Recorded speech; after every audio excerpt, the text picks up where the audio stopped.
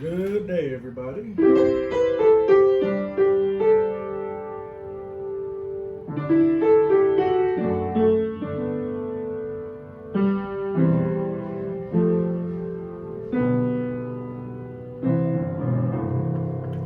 right, so today we're going to do a little mix of writing and listening today. And as you can see, I have several lines on the board, and this is how we're going to do this. So on the bottom, we're going to label what these notes are. All these notes that I've drawn. They're pretty random. They're all over the place. And what I want you to do is you can actually go ahead if you want to, but you're going to label all of the letters on the bottom.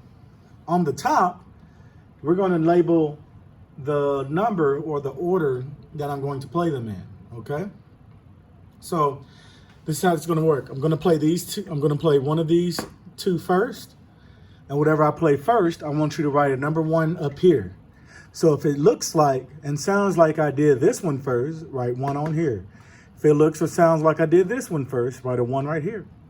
Or the same with that. If it looks like or sound like I played that one first, write a number right here. Okay, write number one right there, I mean. Now, I know for some this may look or seem confusing, but it's a lot easier than you think. Because as you can see, the distance between each of these two note pairs are different. Each of these pairs of eighth notes, they're different. Okay, these two look pretty close. These two look like a pretty far gap between them, right? And these two, they look close as well, but they look like they have a little bit more space between them. Okay, so I'm going to play, before I play all sets at once, I'm going to play one at a time. That way you can kind of get your bearings, all right? Find your bearings. And let's begin. All right, also, if you need to pause to get some pencil and paper, please feel free to do so.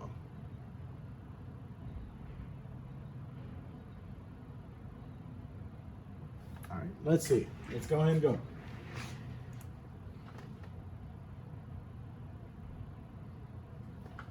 Here's the first one.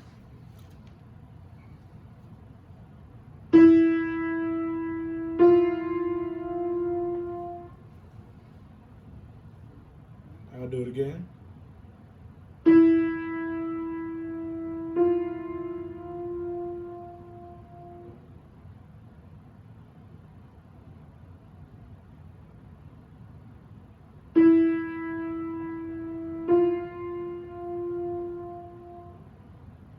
Once more.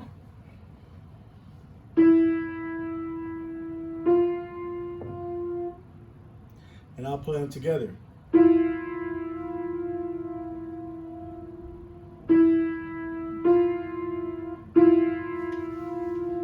So, with that one, did you hear kind of a crunch sound or squish sound with that one? Should be a very interesting sound in your ear, okay? Now, that's because when you get a sound like that, we call that dissonance, okay? Dissonance, all right?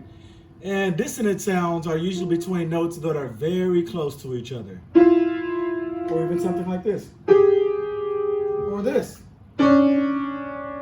Or this.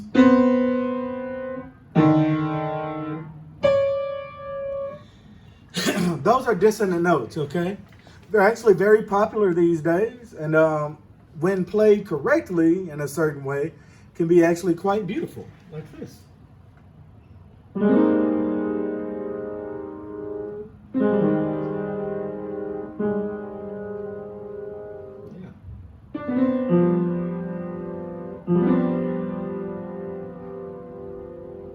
Or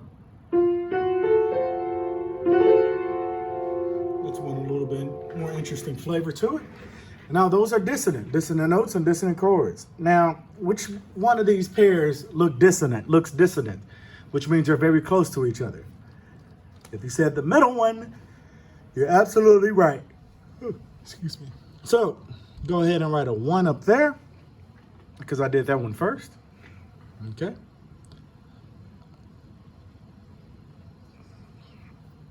And now we're going to label these notes if you haven't already done so. And this first one is a E. This next one is a what? F. Okay. All right, time for the next one.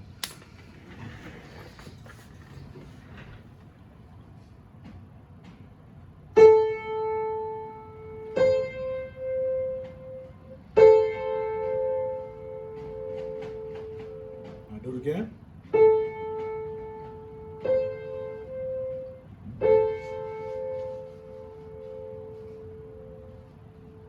I'll do it again.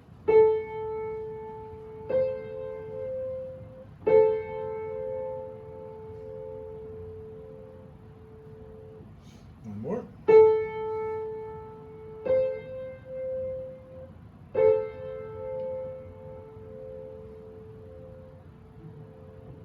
All right, so which one did I play next? It's not dissonant, but they do sound like they have a little distance between them. But they don't sound too far apart, do they?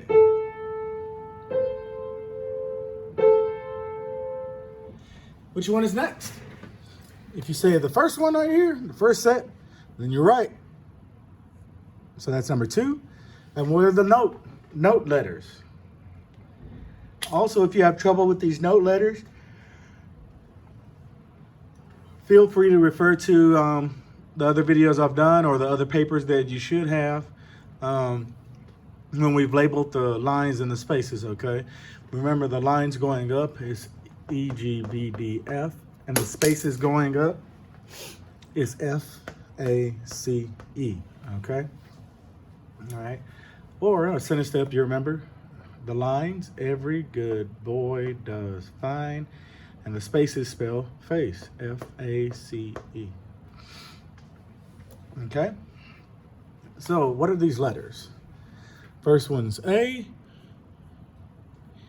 and this one is what? C. All right.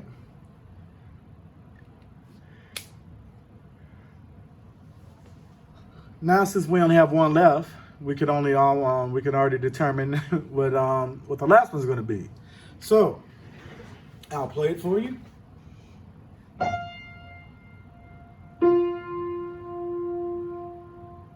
I'll do it again. Hear the big drop once more.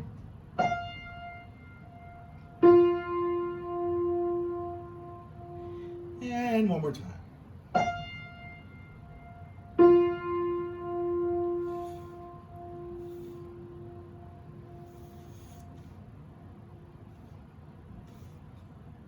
Now,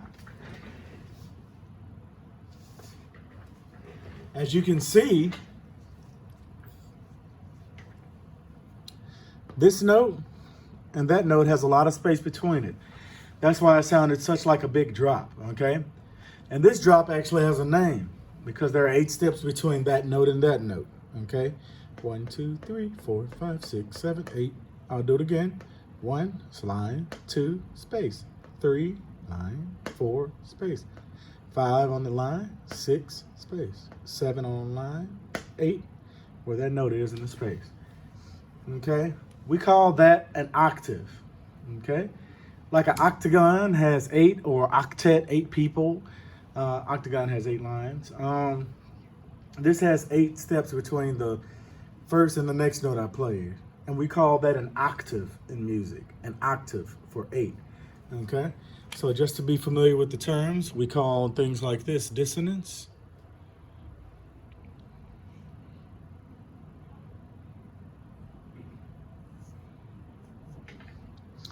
And we call this an octave. These 2 notes and the distance between them, okay? And of course, that's the third one I played. What area code is that? 213. Someone let me know. All right.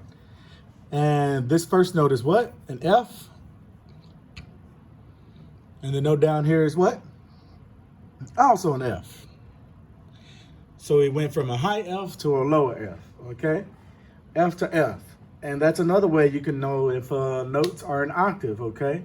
It's the same note, okay? One's just going to be higher, one's just going to be lower. For example, if I did C to C, that's an octave.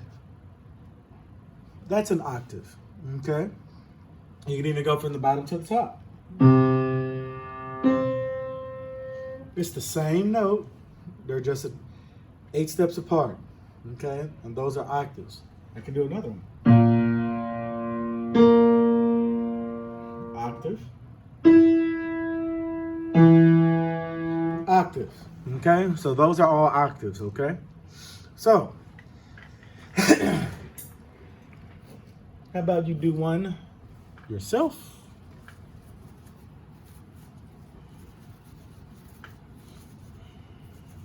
And then we're going to move on.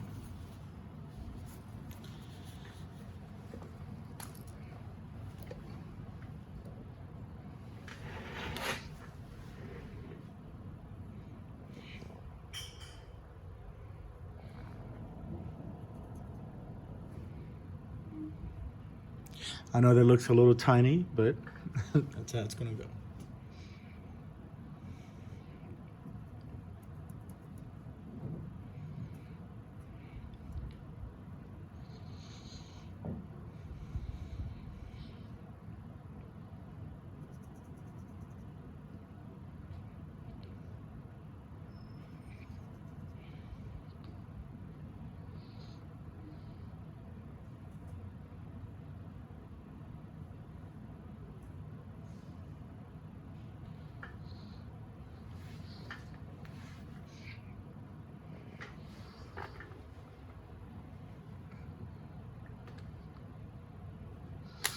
Okay, with this one, these two may seem like they might be a little similar, but you're going to hear a bigger drop between this one and that one. So be careful of that, okay? All right, let's see which one I play first.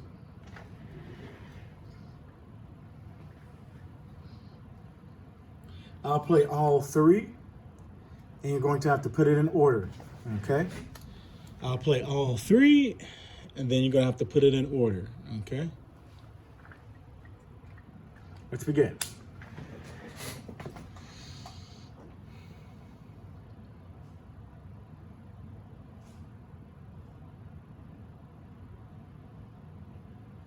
All right.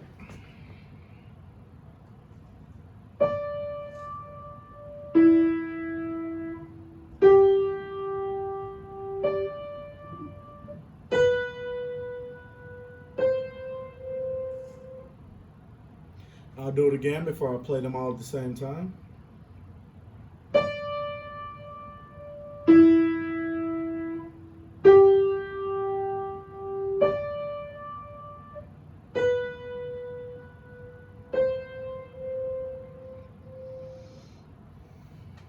All right, so this is the first one I played.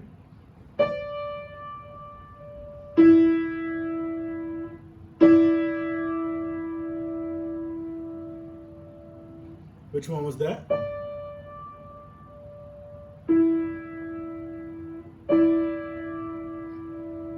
I went from a high note to a lower note. And what's the highest note we have dropping down to the low note? It may look like this one, but this one's lower going up to the high one. So if you said that one, you're correct. So that's number 1. This is the next one I played.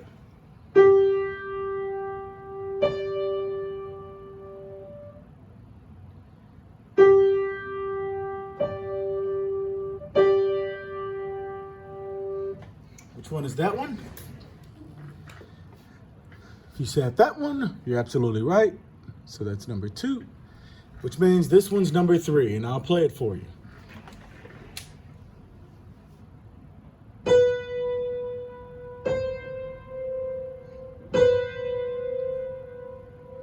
Do it again.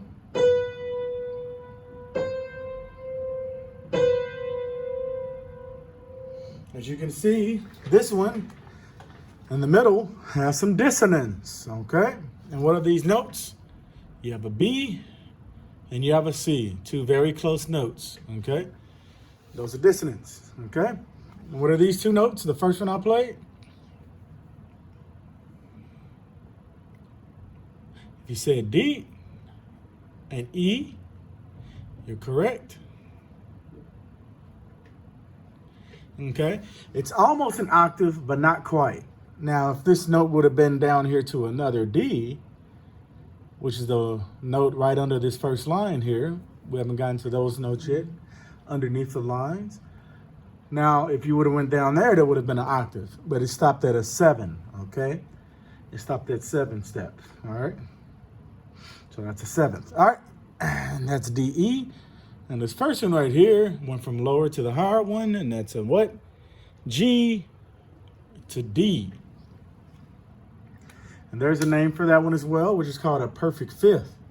Let's count the steps between the first one I played and this one. 1, go to the next space. 2, line. 3, space. 4, line. And 5. And on that line is a D. Now, you can always determine what a perfect fifth sounds like, since that's 5 steps. It's pretty easy to hear perfect fifths in music, because it's a lot of songs, actually, that uses a perfect fifth. For example, some of you may have heard of Star Wars before. I would draw Darth Vader or something, but not that good of a drawer.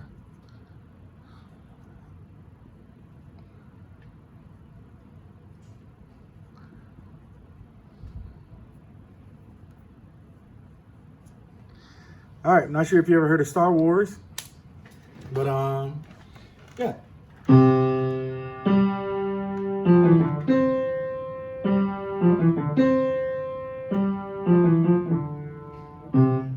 All right, so perfect fifths usually sound like something like that, you know, perfect fifth, or another one. Perfect fifth. Very grand, very majestic, and you can even do it on any key. All